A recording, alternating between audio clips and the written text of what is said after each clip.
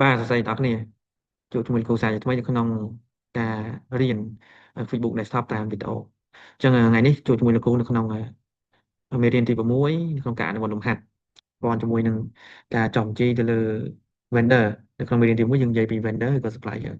តែយើងពាក់ព័ន្ធជាមួយការសិក្សារបស់យើងនៅក្នុងមេរៀនទី6យើងមានលំហាត់ច្រើនក្នុងការអនុវត្តដែលលំហាត់វគ្គមុនហ្នឹងយើងបានទៅជែកគ្នាពាក់ព័ន្ធជាមួយនឹងការទិញ inventory យើងនៅក្នុងថ្ងៃនេះឬក៏នៅក្នុងវីដេអូវគ្គនេះលោកគ្រូមានលំហាត់ថ្មីមួយទៀតដែលពាក់ព័ន្ធជាមួយការទិញ fixed asset វិញបងយើងនៅក្នុងការទិញ fixed asset នេះគឺយើងទិញជំពាក់ពីអតិថិជនពី supplier យើងទិញជំពាក់ពី supplier នៅក្នុងហ្នឹងគឺយើងទិញពី supplier AZ Trading ក៏ LTD លើ invoice អឺលើ invoice 2024 12032ហើយ credit term ហ្នឹងគឺ30ថ្ងៃហើយការទិញ fixed asset ហ្នឹងគឺទិញទៅលើដូចជាទិញ car ទិញ computer ទិញ office equipment ទិញ air conditioner ទិញ TV ទិញ printer អីទៅគេអញ្ចឹងនីតិវិធីក្នុងការចុះបញ្ជីបើសិននៅក្នុងករណីយើងទិញជាពាក់សួរថាតើ Facebook យើងចុះបញ្ជីរបៀបម៉េចហើយយើងចូលក្នុង function មួយដែរអញ្ចឹងនៅក្នុង Facebook ពាក់ព័ន្ធជាមួយការទិញជាពាក់យើងចុះទៅក្នុង function មួយដែលនៅក្នុង function vendor ហើយយើងយកពាក្យ interbill interbill អញ្ចឹងយើងយក interbill បើសិនជាយើងមើលទៅលើ pay bill បានន័យថាយើងបង់លុយអញ្ចឹងណាអញ្ចឹងយើង interbill មកចឹងនៅពេល interbill នឹងលោតព័ត៌មាននេះមកលោតព័ត៌មាននឹងមកហើយខាងនេះជា item ហើយខាងនេះជាចំណាយអញ្ចឹងយើងមើលយើងទិញពីណាគេទិញពី AZ AZ Trading ក៏ LTD ណាគេ AZ Trading ក៏ LTD គេទិញពី AZ Trading ក៏ LTD ហើយទិញនៅថ្ងៃទី11ខែ12ខែ11ខែ12 2024អញ្ចឹងមកគេទិញលើនៅលេខ invoice ប្រហែលណាយើងដាក់លេខ invoice មកនេះ032 invoice នេះគឺជា invoice មកពីខាង supplier អូខេតែគាត់កំណត់ឬក៏អឺជាលេខ invoice ឲ្យចេញពីខាងគាត់មកអញ្ចឹងណាអូខេអញ្ចឹងមួយទៀតយើងត្រូវ select លើ credit term credit term គឺ30ថ្ងៃហើយកន្លែង memo នេះគឺយើងដាក់មកទិញ preset purchase on on credit អញ្ចឹងមកណា on credit from AZ Trading មកក៏ LTD December 2024នេះមកអូខេអញ្ចឹងយើងមានជា item មានជាចំណាយអញ្ចឹងនៅក្នុងលំហាត់មួយនេះគឺពាក់ព័ន្ធមួយចំណាយអញ្ចឹងអ្វីយើងត្រូវមើលគឺ select មក account របស់យើង Fixed asset account ក្បាលមួយយើង select មកព្រោះ account យើងបង្កើតឲ្យអស់ហើយ Fixed asset account ក្បាលមួយវាជាប្រភេទ automobile អញ្ចឹងយើង select cost of automobile ដាក់ទឹកលុយមកចំពោះ Fixed asset នេះគឺតើតើមួយឡានវាឡានអឺដែលគាត់ទិញយកមកបម្រើការក្នុងក្រុមហ៊ុនវាតិចជាង10កៅអីអញ្ចឹងគឺ VT គេឲ្យ claim តែអញ្ចឹងយើងដាក់តម្លៃពេញអាចវិញហើយបន្តទៀតយើងទិញពាក់ព័ន្ធមួយកុំព្យូទ័រទិញកុំព្យូទ័រយើង select មកកុំព្យូទ័រមកកុំព្យូទ័រ cost កុំព្យូទ័របាទយើង select cost of កុំព្យូទ័រមកគឺ cost of កុំព្យូទ័រគឺទឹកលុយមិនរួមបញ្ចូល VAT គឺទឹកលុយ6000អញ្ចឹងដាក់6000មកបន្តទៀតយើងមើលទៀតតើតើមើល Office Equipment យើង select រក code Office Equipment មក Office Equipment ណាយើង select យក cost Office Equipment អូខេយើងទឹកលុយមិនរួមបញ្ចូល VAT គឺ5000តមកទៀតពាក់ព័ន្ធជាមួយ air conditioner ហ្នឹងគឺពាក់ព័ន្ធជាមួយ air conditioner ក៏ចូលទៅក្នុង cost of equipment ដែរ cost of equipment អញ្ចឹងយើង cost of equipment បាទអញ្ចឹងដាក់ចូលទឹកលុយចំនួន1000ដែរហើយពាក់ព័ន្ធជាមួយនឹង TV ក៏ចូលទៅក្នុង cost of equipment ដែរជា equipment ដូចគ្នាអញ្ចឹងទឹកលុយ2 unit គឺ2000អញ្ចឹងមកតាមទៀត printer ក៏ចូលដូចគ្នាដែរចូលទៅក្នុង cost of equipment ដូចគ្នា office equipment ណាទឹកលុយចំនួន4000តែអញ្ចឹងតមកទៀតយើងមើលការទិញយើងមាន VAT យើង VAT in input 10%ភាគរយយើង VAT input 100ទឹកលុយ1000ជាងដោយសារតែ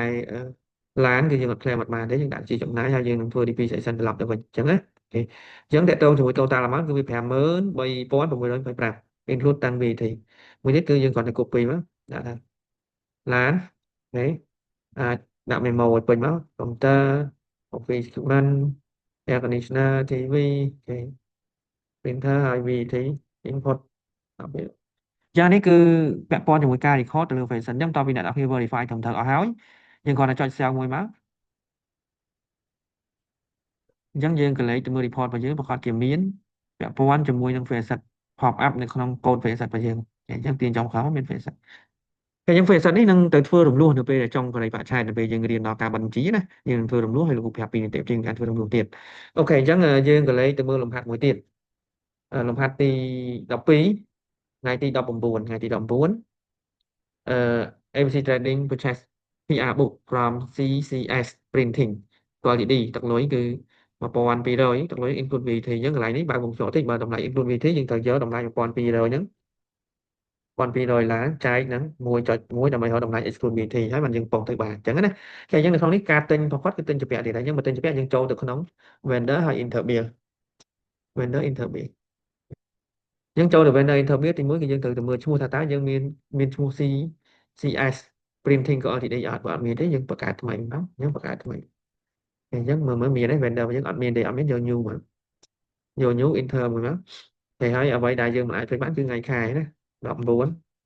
មកហើយមួយទៀតគឺ invoice invoice គឺ invoice 01ណា01 invoice 01ហើយការទិញហ្នឹងគឺ credit ប៉ុន្មានថ្ងៃ30ថ្ងៃហ្នឹងកុំភ្លេចរឿង term អញ្ចឹងតើទៅមួយ PR បុកយើងអាចបោះទៅ Office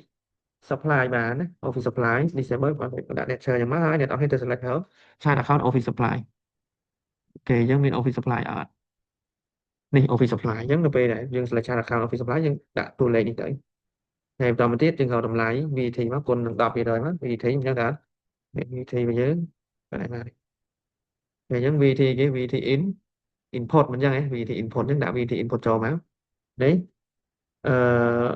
Office Supply មក Office Supply expense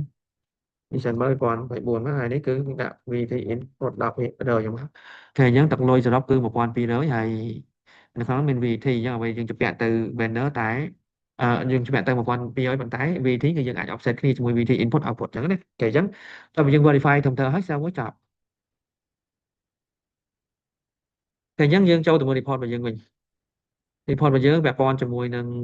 balance sheet statement យើងអាចមើលឃើញព័ត៌មានរៀងច្រើនដូចហើយបាទ AP ក៏យើងមើលឃើញដែរ AP យើងមើលឃើញថាយើងជំពាក់ពីណាគេខ្លះហើយបើសិនជាយើងចង់ទៅមើល AP AG report យើងអាចចូលទៅក្នុង report ហើយយកពាក្យ vendor ហើយយក detail ក៏បានដែរ detail បានន័យថាឲ្យ detail យើងមកថាយើងជំពាក់ពីណាគេខ្លះអញ្ចឹងហើយមួយថ្ងៃអញ្ចឹងណាអូខេគេនេះគឺពាក់ព័ន្ធជាមួយការមើលទៅលើ report ហើយនៅពេលយើងប៉ុស្តិ៍វិញវាមានពាក់ព័ន្ធមួយចំណាយអញ្ចឹងប្រកាសជាចូលទៅក្នុង statement profit loss ហើយយើងចំណាយប្រកាសជាមានចូលទៅលើទឹកលុយចំនួន1090 ដុល្លារណាពាក់ព័ន្ធជាមួយ Office Supply អញ្ចឹងពាក់ព័ន្ធជាមួយចំណាយយើងអត់បានប៉ុស្តិ៍ច្រើនទេហើយនៅពេលដែលយើងនៅពេលដែលយើងទៅ function បន្តទៀតយើងនឹងប៉ុស្តិ៍ពាក់ព័ន្ធជាមួយការលក់នៅពេលយើងប៉ុស្តិ៍ការលក់ទៅយើងនឹងមានចំណាយពាក់ព័ន្ធជាមួយ costing ចូលមកហើយនឹងពាក់ព័ន្ធជាមួយចំណូលអញ្ចឹងយើងអាចមើលឃើញទៅលើ profit loss ហ្នឹងកាន់តែមានព័ត៌មានច្រើនជាងហ្នឹងអញ្ចឹងណាអូខេអញ្ចឹងសម្រាប់មេរៀនទី6ពាក់ព័ន្ធជាមួយនឹងvendor យើងចប់ត្រឹម video វគ្គនេះហើយបន្តមកទៀតយើងនឹងចូលទៅមេរៀនទី7គឺពាក់ព័ន្ធជាមួយនឹង supplier ពាក់ព័ន្ធជាមួយ customer វិញម្ដងពាក់ព័ន្ធជាមួយការលក់វិញម្ដងអញ្ចឹងជួបជាមួយលោកគ្រូនៅក្នុងវីដេអូនៃមេរៀនទី7អរគុណជំរាបលា